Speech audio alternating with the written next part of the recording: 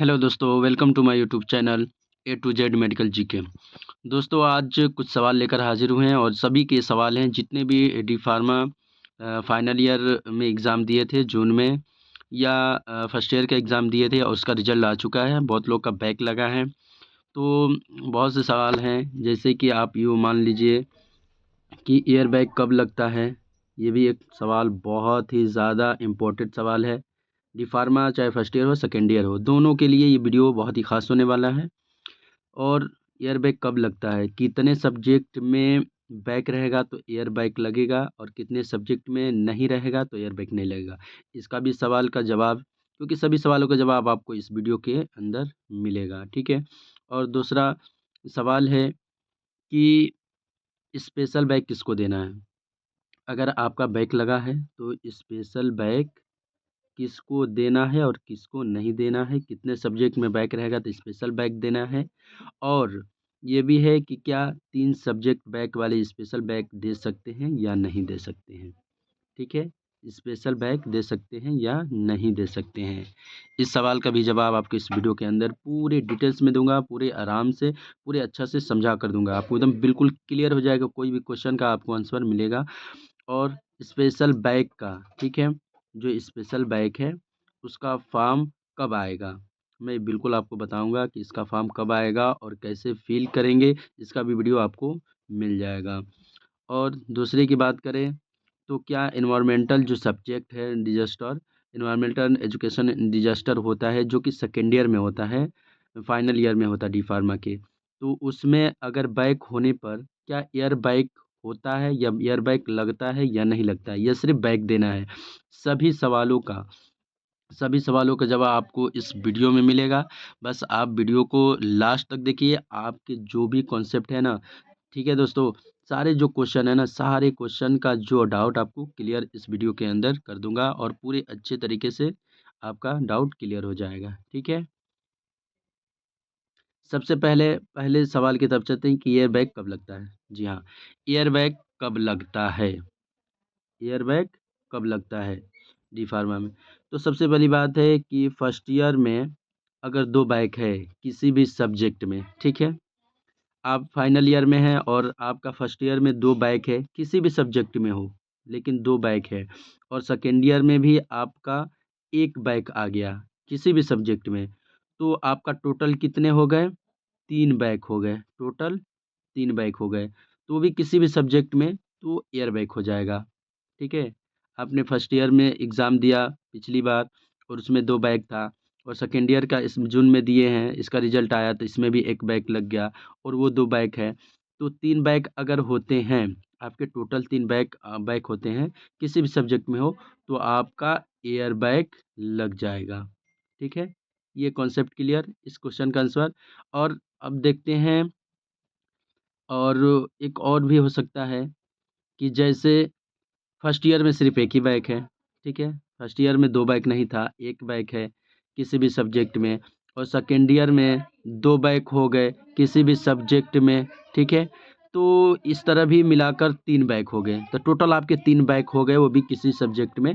तो आपका year back लगेगा और आपको उसमें ईयर बैक लग जाएगा, और आपको फिर से सेकेंड ईयर में फिर से पूरे साल पढ़ने पड़ेंगे, स्टडी करने पड़ेंगे, और फिर एग्ज़ाम देकर सभी सब्जेक्ट को क्लियर करने पड़ेंगे।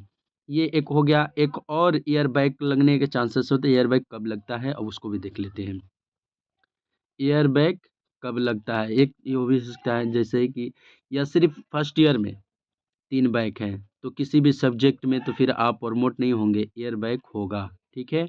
जैसे फर्स्ट ईयर में हैं आप, सेकेंड ईयर की बात नहीं कर रहे, फाइनल ईयर की बात नहीं, फर्स्ट ईयर में ही हैं, और 5 सब्जेक्ट में से 3 में बैक लग गए, 2 में क्लियर हो गए, तो आप प्रमोट नहीं होंगे, ठीक है। सिर्फ 3 बैक से कम, 2 बैक होगा, 1 बैक होगा तो ही आप सेकेंड ईयर में प्रमोट होंगे, वरना 3 बैक अगर किसी भी सब्जेक्ट में आ गया तो आपका ईयर बैक होगा और आपको फर्स्ट ईयर में फिर से दोबारा पढ़ना पड़ेगा, ठीक है। या सेकेंड ईयर की बात करें, फर्स्ट ईयर और सेकेंड ईयर मिलकर नहीं, सिर्फ फर्स्ट ईयर की बात हो गई। अब ये सिर्फ सेकेंड ईयर में, ठीक है, फर्स्ट ईयर में कोई बैक नहीं है, ठीक है, आपने अच्छे से क्लियर कर लिया, लेकिन सेकेंड ईयर में आकर आपको 3 बैक है, किसी भी सब्जेक्ट में है तो फिर आप पास नहीं होंगे। ठीक है, ईयर बैक लग जाएगा। ठीक है, सेकेंड ईयर का आपने एग्ज़ाम दिया, उसमें 7 सब्जेक्ट 6-7 सब्जेक्ट होते हैं, तो उसमें से आपको 3 बैक लग गया, बाकी सभी सब्जेक्ट में आपने क्लियर कर लिया। तो 3 बैक है, आप रीचेक भरें। रीचेक में अगर आपको 3 बैक में 1 बैक क्लियर हो जाता है, सिर्फ़ 2 बैक रहता है, सिर्फ़ 2 बैक रहेगा, तो आपको स्पेशल बैक में जा सकते हैं। लेकिन अगर 3 बैक हो जाता है, 3 होता है, 4 होता है, 5 होता है, 6 होता है, या टोटली सभी में बैक लग जाता है, तो आपका ईयर बैक होगा। ठीक है? टोटल आपके हो गए 3 बैक, वो भी किसी भी सब्जेक्ट में, तो ईयर बैक लगेगा। तो ये कॉन्सेप्ट आपका क्लियर हो गया। ठीक है? ये ईयर बैक कब लगता है। अब दूसरे स्पेशल बैक किसको देना है, इस क्वेश्चन की तरफ चलते हैं। ठीक है? स्पेशल बैक किसे देना है? स्पेशल बैक किसे देना है? ठीक है, हम बता रहे हैं। सबसे पहले ये आपको पहली बात ये होनी चाहिए, मालूम होनी चाहिए कि स्पेशल जो बैक होता है, वो फर्स्ट ईयर वालों के लिए नहीं होता है। ठीक है? वो अपना बैक का जो भी बैक लगता है, 2 बैक लगे, 1 बैक लगे, ठीक है? तो उस बैक का एग्ज़ाम अपने जो सेकेंड ईयर में जब चले जाएँगे, प्रमोट होकर 2 बैक के साथ अपने प्रमोट हो गए, सेकेंड ईयर में चले गए, तो सेकेंड ईयर के एग्ज़ाम भी देंगे, और उसी के टाइम जो आपके जूनियर फर्स्ट ईयर वाले एग्ज़ाम दे रहे हैं, उनके साथ अपना बैक का एग्ज़ाम देंगे। लेकिन आपके लिए कोई भी स्पेशल बैक नहीं होता है। ये एकदम कंसेप्ट आपका क्लियर होना चाहिए। ये क्वेश्चन का आंसर आपको बिल्कुल कन्फर्म होना चाहिए, क्लियर होना चाहिए कि जो फर्स्ट ईयर वाले होते हैं, उनको कोई भी स्पेशल बैक का कोई भी चांस नहीं मिलता है। ठीक है? अब आ जाइए, सेकेंड ईयर वाले स्पेशल बैक देंगे, लेकिन सिर्फ़ 1 सब्जेक्ट में बैक होगा या फिर 2 सब्जेक्ट में बैक होगा, तो वरना नहीं। ठीक है? इतना याद रखिए। स्पेशल बैक सेकेंड ईयर वालों, फाइनल ईयर वालों के लिए होता है, लेकिन अगर सिर्फ़ बैक है, 1 सब्जेक्ट में बैक हो गया, 2 सब्जेक्ट में बैक हो गया, तो आपको स्पेशल बैक का फॉर्म अप्लाई कर सकते हैं, और स्पेशल बैक का एग्ज़ाम देकर आप उसको क्लियर कर सकते हैं। ठीक है? ऐसा ये होता है, इसका नियम है, इसका रूल्स है, और यही इसका कॉन्सेप्ट है। ठीक है?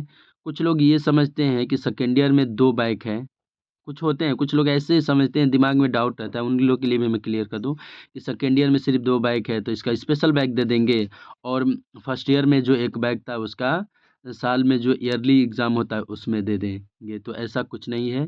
अगर आप दोनों सेकेंड ईयर और फर्स्ट ईयर का दोनों को मिलाकर अगर 3 बैक हो जाते हैं, तो आपका ईयर बैक हो जाएगा, आपको कोई स्पेशल बैक का फॉर्म नहीं मिलेगा, कोई स्पेशल बैक का जो चांस नहीं मिलेगा, बल्कि आपको फिर से सेकेंड ईयर में ईयर बैक लग जाएगा, और आपको टोटली एग्ज़ाम देकर पास करना होगा।